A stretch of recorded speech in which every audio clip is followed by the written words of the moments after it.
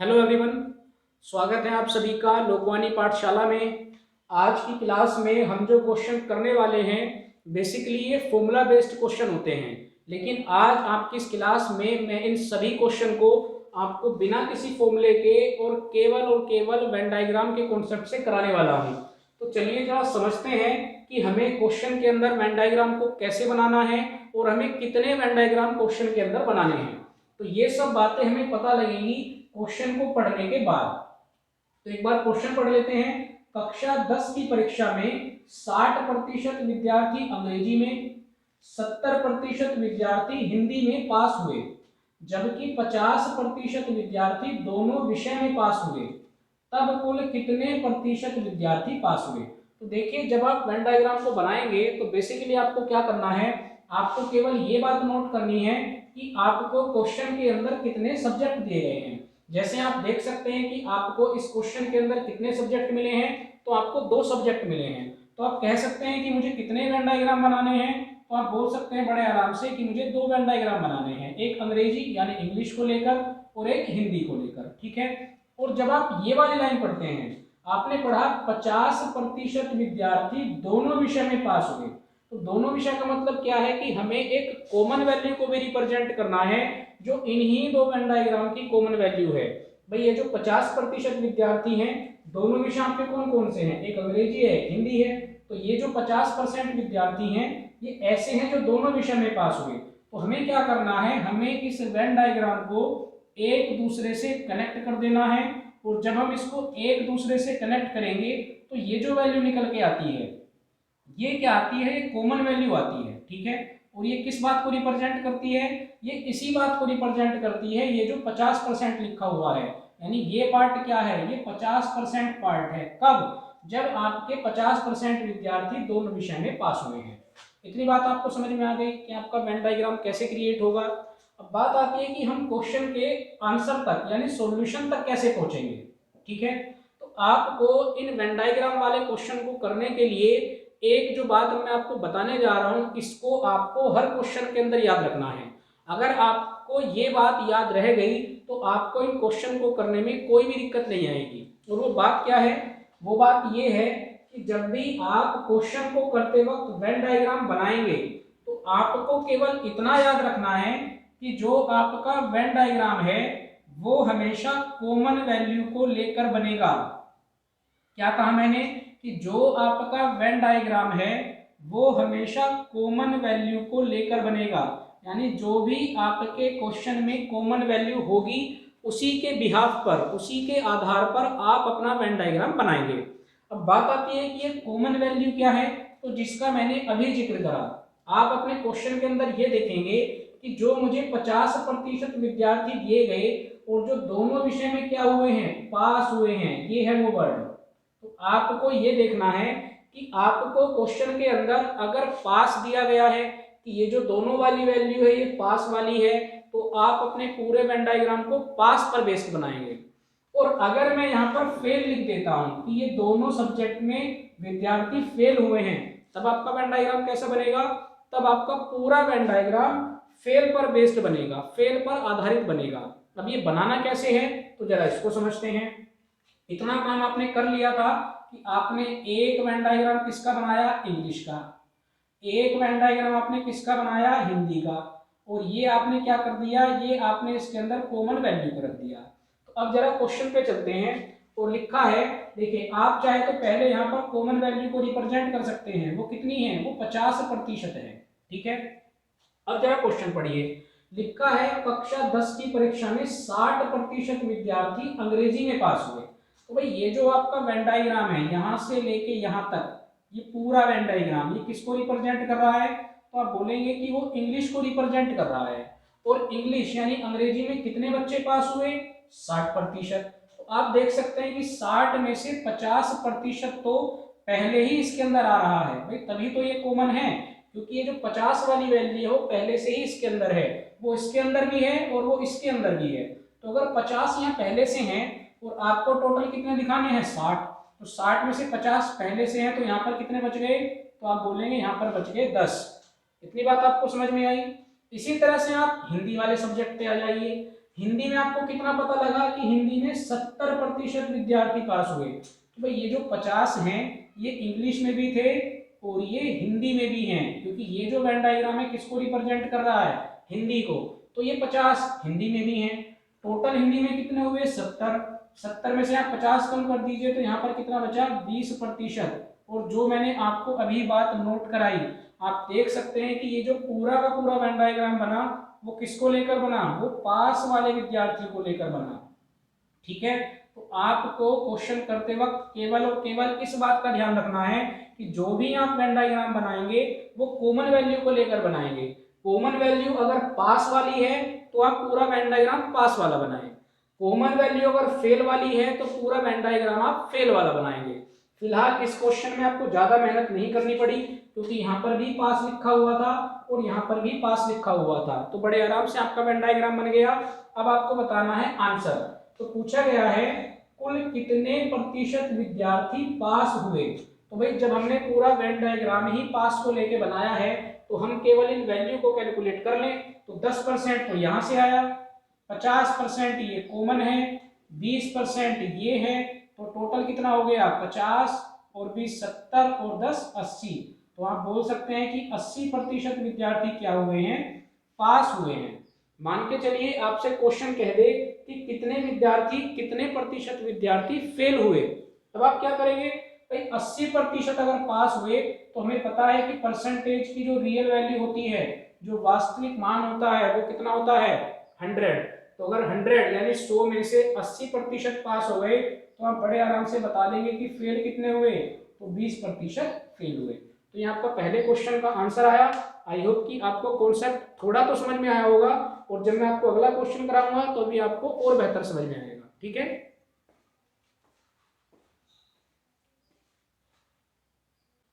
चलिए दूसरा क्वेश्चन समझते हैं। लिखा है एक परीक्षा में 40% विद्यार्थी गणित में, 25% विद्यार्थी विज्ञान में तथा 20% विद्यार्थी दोनों विषय में फेल हुए, तब कुल कितने प्रतिशत विद्यार्थी पास हुए। देखिए क्वेश्चन को करने का मैंने आपको क्या तरीका बताया, आपको केवल और केवल एक वेन डायग्राम बनाना है। वो वेन डायग्राम आपको ये नोट करके बनाना है कि आपको कितने सब्जेक्ट दिए गए हैं, और सबसे खास बात आपको किस बात का ध्यान रखना है कि जो आपकी कॉमन वैल्यू है, आप देख सकते हैं 20% विद्यार्थी दोनों विषय में क्या हुए हैं, फेल। तो ये है आपका सबसे इंपॉर्टेंट पार्ट क्वेश्चन को करते वक्त। आपको जो अपना वेन डायग्राम बनाना है वो आप कॉमन वैल्यू को लेकर बनाएंगे। तो इस वाले क्वेश्चन में भी आपके पास दो ही सब्जेक्ट हैं, तो आपको कितने वेन डायग्राम बनाने हैं, आपको दो वेन डायग्राम बनाने हैं। ठीक है, एक सब्जेक्ट आपका गणित यानी मैथ है और दूसरा सब्जेक्ट विज्ञान यानी साइंस। आप कुछ भी लिख सकते हैं, इसको आप जी और वी से भी रिप्रेजेंट कर सकते हैं, उससे आंसर पर कोई फर्क नहीं पड़ेगा। ठीक है, बेसिकली आपको क्या देखना है कि ये जो 20% वैल्यू है जो आप यहाँ पर रिप्रेजेंट करने वाले हैं, ये किसको रिप्रेजेंट कर रही है, ये फेल वाले विद्यार्थी को रिप्रेजेंट कर रही है जो मैथ में और साइंस में दोनों में क्या हुए हैं, फेल हुए हैं। ठीक है, तो इसका मतलब ये जो आपका पूरा का पूरा डायग्राम बनेगा ये किसका बनने वाला है, ये फेल वाले विद्यार्थी को लेकर बनेगा। तो अब हमें ये देखना है कि जो मैथ है, जो गणित है, उसकी वैल्यू हमें कैसी दी हुई है।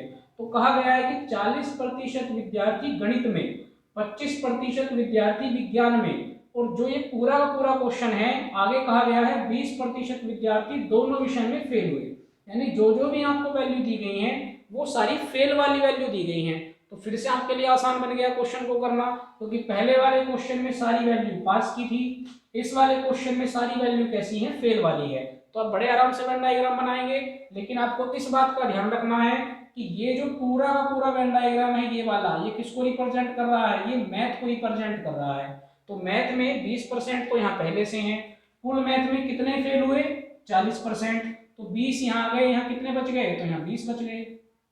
ठीक है, अब हम आगे विज्ञान पर चलते हैं। तो विज्ञान में क्या लिखा है, विज्ञान में लिखा हुआ है 25% विद्यार्थी विज्ञान में फेल हुए। तो अब विज्ञान पे आ जाते हैं। तो ये वाला वेन डायग्राम किसको रिप्रेजेंट कर रहा है, ये पूरा का पूरा विज्ञान को रिप्रेजेंट कर रहा है।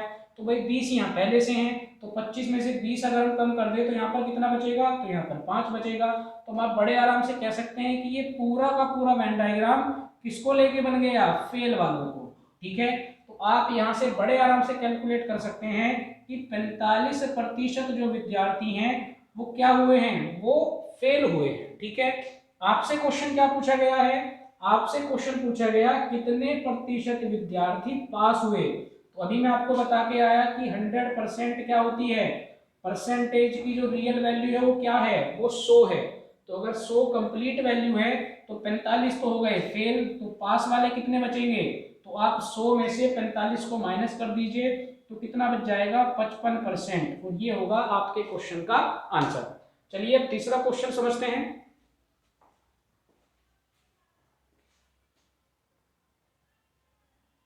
चलिए भाई, इस क्वेश्चन को करने में आपको बहुत सारी चीजें समझ में आएंगी जब आप ये वाला क्वेश्चन करेंगे, क्योंकि पहला क्वेश्चन बड़ा आराम से हो गया, दूसरा भी आराम से क्वेश्चन हो गया। यहाँ पर आपको बड़े ध्यान से देखना है कि आपको क्वेश्चन में क्या क्या वैल्यू दी गई है। तो लिखा है किसी परीक्षा में 70% विद्यार्थी कला में, 80% विद्यार्थी संस्कृत में पास हुए।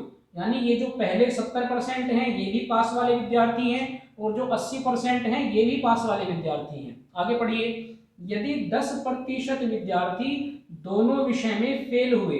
तो ये आपके पास पहला ऐसा क्वेश्चन आया है जहां आपको एक ही क्वेश्चन के अंदर दोनों वैल्यू दी गई हैं, पास वाले कैंडिडेट भी हैं और फेल वाले कैंडिडेट भी हैं। लेकिन मैं फिर आपको याद दिला रहा हूं कि आपको अपना जो वेन डायग्राम बनाना है वो केवल कॉमन वैल्यू को लेकर बनाना है। ठीक है, यानी जो आपकी कॉमन वैल्यू होगी उसी पर आपका क्या बनेगा, उसी पर आपका वेन डायग्राम बनेगा। ठीक है, इस बात का आपको ध्यान रखना है। तो आप जब वेन डायग्राम बनाएंगे तो आप देख सकते हैं कि कॉमन वैल्यू कैसी दी गई है, कॉमन वैल्यू दी गई है फेल वाली। तो आपका जो वेन डायग्राम बनने वाला है वो पूरा का पूरा वेन डायग्राम फेल वाले कॉन्सेप्ट पर बनेगा। कैसे बनाएंगे, दो ही सब्जेक्ट आपको इस क्वेश्चन के अंदर दिए गए हैं, तो आप पहले दो वेन डायग्राम बनाइए। पहला किसको रिप्रेजेंट कर रहा है, कला को, तो आप के लिख लीजिए। दूसरा किसको रिप्रेजेंट कर रहा है, संस्कृत को, तो आप एस लिख लीजिए। और ये वैल्यू आपको किसको रिप्रेजेंट करती है, कॉमन पार्ट को। और आपको कैसा दिया गया है, वो दिया गया है 10%, और वो 10% कैसे हैं, तो वो फेल वाले हैं। ठीक है, आप यहां पर लिख लीजिए 10% कैसे हैं, फेल वाले हैं। ठीक है, इसका मतलब अब जो वैल्यू मैं यहां पर रखूंगा वो भी मुझे फेल वाली रखनी है, और जो वैल्यू मैं यहां पर रखूंगा वो भी मुझे फेल वाली वैल्यू ही रखनी है। तभी तो पूरा आपका वेन डायग्राम फेल वाला बनेगा। करेंगे कैसे, आपको दिया गया 70% विद्यार्थी कला में पास हुए। तो भाई आप बड़े आराम से बता सकते हैं कि अगर 70% कला में पास हुए तो मैं आपसे पूछता हूँ कला में फेल कितने हुए, तो आप 100 में से 70 को माइनस कर दीजिए, क्योंकि परसेंटेज की जो रियल वैल्यू है क्या है, वो 100 है। तो अगर 70% कला में पास हो गए तो आप बड़े आराम से बताइए कि 30% कला में क्या हुए, पास हुए, सॉरी फेल हुए। ठीक है, क्योंकि 70% क्या हुए थे, पास हुए थे, तो 30% क्या हुए, फेल हुए। ठीक है, तो अगर 30% फेल हुए तो ये पूरा का पूरा वेन डायग्राम किसको रिप्रेजेंट कर रहा है भाई, ये पूरा का पूरा रिप्रेजेंट कला को रिप्रेजेंट, पूरा का पूरा वेन डायग्राम कला को रिप्रेजेंट कर रहा है। ठीक है, तो 10 तो यहाँ पहले से लिखा है, टोटल कितना है 30, तो यहाँ पर कितना बच गया, तो आप बोल सकते हैं कि 20% यहाँ पर बच गया। इसी तरह से अब आप सेकंड वाले सब्जेक्ट पर आइए, क्या है, संस्कृत। संस्कृत में कितने पास हुए, 80, तो 80 तो पास हुए। संस्कृत में फेल कितने हुए, तो आप बोल सकते हैं कि 20% संस्कृत में क्या हुए, फेल हुए। तो भाई 20 में से वापस वही पहले वाली बात कि ये पूरा वेन डायग्राम किसको रिप्रेजेंट कर रहा है, संस्कृत को। तो 10 तो यहाँ पहले से हैं, टोटल 20 हैं, तो यहाँ पर कितना बच गया, तो यहाँ पर 10 बच गया। अब आप इस पूरी वैल्यू को अगर कैलकुलेट करेंगे तो आपको पता लगेगा कि जो टोटल फेल वाले विद्यार्थी हैं वो कितने परसेंट हैं, तो 20 और 10 30 और 10 40, यानी 40% विद्यार्थी वो निकल के आए जो फेल हुए। तो आपसे पहला क्वेश्चन पूछा गया है कुल कितने प्रतिशत छात्र पास हुए। हमने वैल्यू किसकी निकाली है, यहाँ से फेल की। तो पास को निकालने के लिए हमें कोई ज्यादा मेहनत नहीं कर रही, 40% फेल हुए, इसका मतलब 60% क्या हुए होंगे, पास हुए होंगे। इतनी बात आपको समझ में आई। तो ये हमारे पहले क्वेश्चन का आंसर हो गया। इसमें एक और क्वेश्चन पूछा है, यदि पास होने वाले विद्यार्थी 144 हो तब कुल विद्यार्थी कितने हैं। तो हमें क्वेश्चन के अंदर पास होने वाले विद्यार्थियों की संख्या भी दी है, और वो कितनी दी है, 144। पूछा क्या गया है, कुल विद्यार्थी कितने हैं। तो अभी हम परसेंटेज निकाल के लाए हैं 60%, कौन सी, पास वाली। और इसी 60% की आपको क्वेश्चन में क्या वैल्यू दे दी गई है, 144। तो आप क्या बोल सकते हैं कि 60 का मान कितना है, 144 है। क्या पूछा है, कुल विद्यार्थी। तो अगर मैं परसेंट में आपसे बात करूं, क्योंकि ये परसेंट वाला कॉलम है 60, तो अगर परसेंट में आपसे बात करूं तो कुल का मतलब कितना हो गया, 100। परसेंट की जो रियल वैल्यू है वो कितनी है, 100। तो यानी 60 का मान 144, तो 100 का मान आपको बताना है कितना होगा। कैलकुलेट कर लीजिए। देखिए इस जीरो से जीरो कट जाएगी, ये सब आपको बता चुका हूं मैं। 6 से जब आप 144 को काटेंगे तो ये 24 बार कटेगा। 6 दूनी 12, 2 बच जाएंगे, 6 चौक 24। तो यहाँ से 24 बच गया, यहाँ से 10 बच गया, दोनों की आपस में मल्टीप्लाई कर देंगे तो कितना आ गया, 240 कुल छात्र या कुल विद्यार्थी। ये हो जाएगा आपके क्वेश्चन का आंसर। ठीक है, चलिए एक क्वेश्चन और करते हैं और उसके बाद आप अपनी बुक से क्वेश्चन कीजिएगा। कोई डाउट आपको आएगा तो वो मुझे आप कमेंट बॉक्स में लिख के बताएंगे।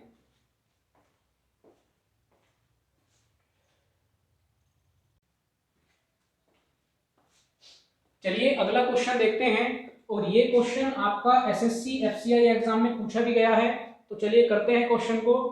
एक परीक्षा में 90% छात्र अंग्रेजी में पास हुए, 85% गणित में पास हुए तथा 150 छात्र दोनों विषय में पास हुए। यदि दोनों विषय में कोई भी छात्र फेल नहीं हुआ तो छात्रों की कुल संख्या कितनी है, ये आपको बताना है। देखिए कैसे करेंगे क्वेश्चन को। आपको पता, इतनी बात आपको पता लग गई होगी कि जब क्वेश्चन में कोई भी छात्र फेल नहीं दिया गया तो इसका मतलब जो पूरा का पूरा मेरा वेन डायग्राम है वो किसको लेकर बनने वाला है, वो पास वाले कैंडिडेट्स को, यानी पास वाले छात्रों को लेकर बनने वाला है, क्योंकि फेल कोई हुआ ही नहीं। अब आपको ये भी पता है कि जब आप वेन डायग्राम बनाते हैं तो आपको वेन डायग्राम बनाने के लिए सबसे पहले क्या चाहिए, आपको ये कॉमन वैल्यू चाहिए। ठीक है, तो आप देख सकते हैं कि आपके पास ये कॉमन वैल्यू है तो सही, कितनी है, 150 छात्र दोनों विषय में पास हुए। कॉमन वैल्यू है तो सही, लेकिन ये कॉमन वैल्यू आपकी परसेंटेज में नहीं है, जबकि आपके जो अलग अलग सब्जेक्ट की आपको वैल्यू दी गई है वो कैसी दी गई है, वो आपकी प्रतिशतता में दी गई है। भाई अब तक जो आपने क्वेश्चन किए आप यहाँ से तभी तो कैलकुलेट कर लेते हैं जब ये वैल्यू आपको किस में मिलती है, परसेंटेज में, जो इस बार क्वेश्चन में नहीं है। तो आपका क्वेश्चन आसान तब बनेगा जब आपके पास ये जो कॉमन वैल्यू है, ये वाली जो वैल्यू है ये आपको कैसे मिल जाए, ये आपको प्रतिशत में मिल जाए। बाकी आपका पूरा डायग्राम तो किस पे बनना है, पास वाला ही बनना है। अब ये कहाँ से मिलेगी, तो ये आपको मिलेगी इन वाले सब्जेक्ट की हेल्प से। कैसे, आपको इस तरह के क्वेश्चन में क्या करना है कि अगर आपको कॉमन वैल्यू नहीं मिल रही है तो आप इन दोनों को प्लस कीजिए। आप इन दोनों को वैल्यू को प्लस करते हैं तो 90 प्लस 85, ठीक है, इन दोनों को आपने प्लस किया तो कितना आया, ये आया 175 यानी 175। तो भाई देखो फेल तो कोई नहीं हुआ, इसका मतलब इन दोनों की वैल्यू कितनी है, 175। जबकि परसेंटेज क्या कहता है कि वैल्यू मेरी टोटल कितनी होती है रियल, वो होती है 100%। तो जितनी वैल्यू आपकी ये 100 से ऊपर जाएगी, कितनी जा रही है, 100 से ऊपर जा रहा है 75। तो जितनी वैल्यू आपकी ये 100 से ऊपर चली गई, यही वैल्यू आपकी क्या निकल के आती है, यही वैल्यू आपकी कॉमन पार्ट की परसेंटेज निकल के आती है। बात समझ में आई कि अगर आपको क्वेश्चन में ये कॉमन वैल्यू ना दी गई हो तो आप इसे कैसे कैलकुलेट करेंगे, भाई ये भी पास वाले हैं, ये भी पास वाले हैं, फेल कोई हुआ नहीं। तो ये कंडीशन बहुत इंपॉर्टेंट है, क्योंकि कोई फेल नहीं हुआ तो इसका मतलब ये जो मेरा 175 टोटल आ रहा है, तो ऊपर के जो ये 75 स्टूडेंट आ रहे हैं ये किसको रिप्रेजेंट करेंगे, ये कॉमन वैल्यू को रिप्रेजेंट करेंगे। और ये पूरा का पूरा डायग्राम किसको रिप्रेजेंट कर रहा है, पास वाले कैंडिडेट को रिप्रेजेंट कर रहा है। बस इतना ही इस क्वेश्चन के अंदर खेल था। अब इस क्वेश्चन को करना बहुत आसान है। भाई ये क्या सब्जेक्ट है, ये पहला सब्जेक्ट इंग्लिश है और दूसरा सब्जेक्ट क्या है, ये आपका मैथ है। तो ये पूरा का पूरा अगर इंग्लिश को रिप्रेजेंट कर रहा है तो 75 तो यहाँ पर 75 तो पहले से हैं, टोटल कितने पास हुए 90। तो 90 में से 75 यहाँ पर हो गए तो ये कितने बच गए, 15 बच गए। ठीक है, ये मैं आपको केवल कैलकुलेट करा रहा हूँ, अदरवाइज अगर मुझे आंसर निकालना हो तो मैं डायरेक्ट कहूंगा कि मुझे 75% की वैल्यू मिल चुकी है। भाई यही तो मुझे कॉमन पार्ट की परसेंटेज चाहिए थी, वो कितनी आ गई 75। और 75 का मुझे क्वेश्चन में मान कितना दिया गया है 150। तो अगर आपको केवल आंसर ही निकालना है तो आंसर तो बड़े आराम से निकल जाएगा। 75% का मान कितना दिया है 150 यानी 150। क्या पूछा गया है छात्रों की कुल संख्या कितनी है, तो मुझे टाइम नहीं लगेगा, मुझे केवल 100% का मान निकाल देना है। कैसे कैलकुलेट करते हैं, तो आप यही सब करते आ रहे हैं पहली क्लास से। इसको आप काट दीजिए, ये आप इसको 25 से काट सकते हैं, 25 दिया 75, इसको आप 25 से काट सकते हैं, 25 छिका 150। अगर दोनों एक ही वैल्यू से कटते हैं काट दीजिए। आप डायरेक्ट भी काट सकते हैं, 75 का डबल कितना होता है 150, तो अगर आप 75 से काटेंगे तो कितनी बार कट जाएगा 2 बार कट जाएगा। तो यहाँ से कितना बचा 2 बचा, यहाँ से कितना बचा 100 बचा। आपने कैलकुलेट किया तो आपका आंसर कितना आ गया 200, यानी जो छात्रों की कुल संख्या वो कितनी है 200 है। ये मैं आपको क्यों बता रहा हूँ, हो सकता है कि आपसे एग्जाम में कोई और वैल्यू पूछ ले, तो आप ये कैलकुलेट अगर कर लेंगे तो फिर आप क्वेश्चन में किसी भी क्वेश्चन का आंसर दे सकते हैं। ठीक है, कैसे भाई, ये कितना बचा 90 में से आपने 75 को माइनस किया तो 15 बच गया। इसको अगर आप कैलकुलेट करेंगे तो ये आपका क्या है, ये आपका मैथ है। मैथ में कुल कितने पास हुए 85, 75 यहाँ पहले से हैं तो कितने बच जाएंगे 10 बच जाएंगे। ठीक है, आप पूरा कैलकुलेट करेंगे तो ये देख सकते हैं कि आपके टोटल कितना आएगा, ये 100 ही आएगा। आप कैलकुलेट कर लीजिए, 75 में 10 ऐड करेंगे 85, 85 में 15 और ऐड करेंगे कितना हो जाएगा 100, क्योंकि फेल तो कोई हुआ ही नहीं। तो आप समझ सकते हैं कि सारे के सारे विद्यार्थी क्या हुए हैं, पास हुए हैं।